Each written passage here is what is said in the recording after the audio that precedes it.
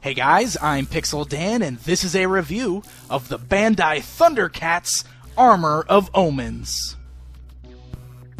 The Armor of Omens first appeared in the episode of the new ThunderCats series titled Legacy. In this episode, Lion-O is sucked into the Book of Omens to witness events of the past while in the body of his ancestor Leo. Now in this episode, Leo utilizes the Armor of Omens in a mech suit style battle with Mum-Ra in the Armor of Plundar. The Armor of Omens comes in a large window box utilizing the same blue colors and design of the other items in the new ThunderCats toy line. There's a small piece of artwork of the armor on the box, while the back shows off some of the armor's features. We also get a peek at some of the other newer items that should be hitting store shelves right now.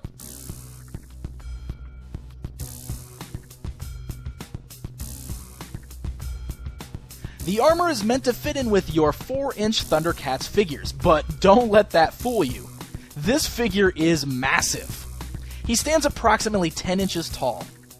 The Armor of Omens looked big in the animated series, but I wasn't quite sure that it was this big. Just so you can get an idea of his scale, here's the Armor of Omens standing alongside both the 6-inch and the 4-inch versions of Lion-O.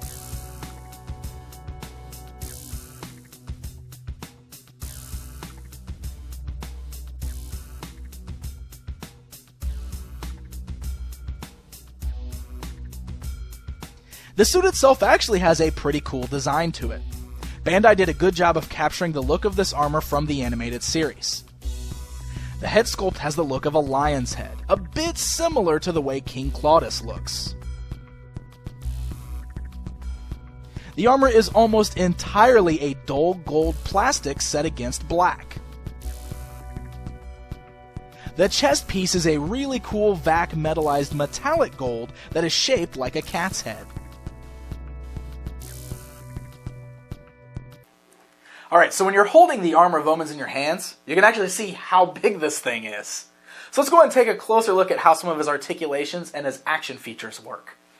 He's got some pretty basic articulation. There's not a whole lot of movement here, but you can move him around. His head does turn slightly left and right. Unfortunately, his long mane does hinder the movement a little bit because it bumps against his shoulders there. He does have this really long tail in the back that swivels, so you can kind of swing that around, and you can actually pose it like all the way up over his shoulder here, or however you'd like to do that, so that's kind of neat.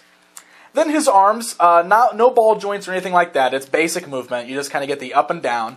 But you can see all of the joints are real tight, so they're not real loose at all. They're real tight, you can see, but I think that's a pretty good thing. He does also feature some swivels up in the forearms, so you can kind of rotate his hands around a little bit. So you got a little bit of articulation and a bend at the elbow. It's not a very big bend, but it's a good bend. So you got some pretty good articulation in the arms. Now the problem is that the rest of the body is completely static. His legs don't move at all. And the reason for that is because of the opening mechanism on the front that allows you to fit Lion-O on the inside.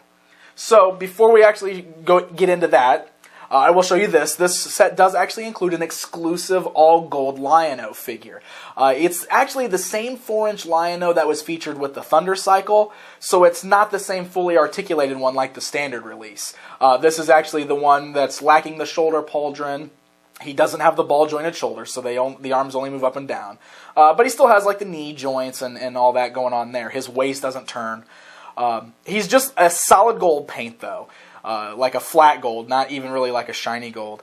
And honestly, when I'm looking at this figure, I kind of wondered what the point was in including a all-gold Lion-O like this. It seems like it would have been a little bit cooler if we actually got like a fully painted Leo figure to put inside, since that was what appeared in the episode.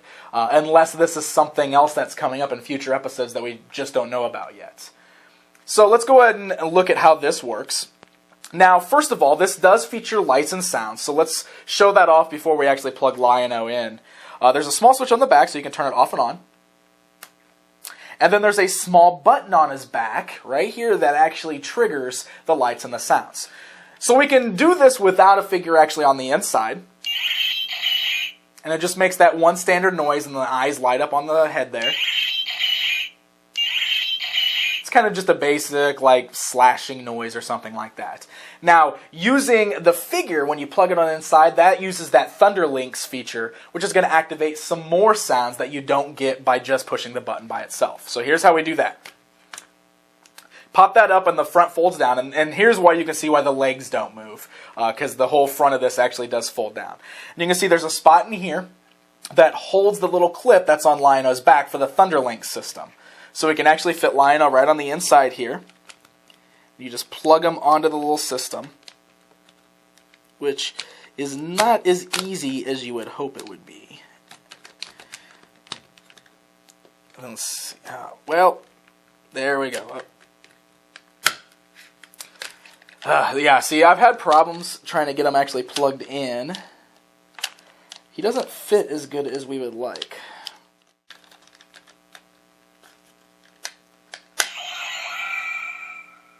Got it. So when you plug the Lion-O figure inside and get him hooked up to the Thunder Links and you close it up, you get that cool sound effect and then it yells ThunderCats ho. It's the same generic voice that was from the Thunder Tank, so it's not actually Lion-O's voice, but still kind of a neat feature nonetheless. So now that Lion-O's inside and has activated the Thunder Links, when you push the button on the back, you get a different listing of sound effects instead of just that one slashing noise. You get like a cool laser blast sound. A few slashes. And the ThunderCats ho. And it's got the cool little light up eyes. So that's kind of a neat feature. Now, if you'd rather like not use the all gold Lion-O that came with it, you can actually fit some of these other 4-inch figures inside, like the standard Lion-O here. And if you can get them clipped on okay, he should activate the Thunder Links feature. But here I go having issues plugging him in, so, you know, you get the idea, though. You can fit the other figures on the inside, you can activate the Thunder Links if you get them plugged in, and you're ready for play. The armor also includes a huge version of the Sword of Omens. The sword is actually made of a pretty solid plastic, so it's not too pliable. It's not very detailed, though.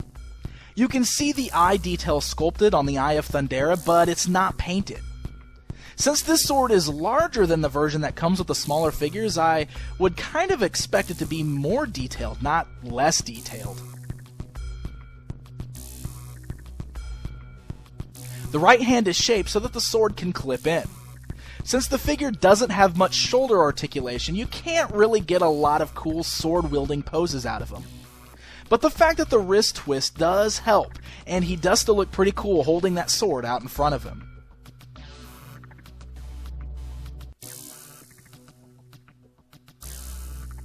When the Armor of Omens showed up in the episode Legacy, I wasn't really sure how I felt about it at first. The whole mech suit idea felt a little weird to me because it's not something I thought I'd really be seeing in ThunderCats. But this new series is heavily focusing on the idea that magic and technology both exist and work together. That actually sounds a little familiar.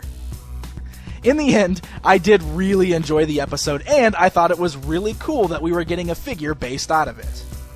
Of course, this figure would have been a lot cooler with some better articulation and maybe a little more detailing, but I can definitely see this thing being a lot of fun for kids playing with their ThunderCats figures. And he does look really cool on display with the rest of your line. The Armor of Omens is hitting stores right now, so happy hunting, and until next time.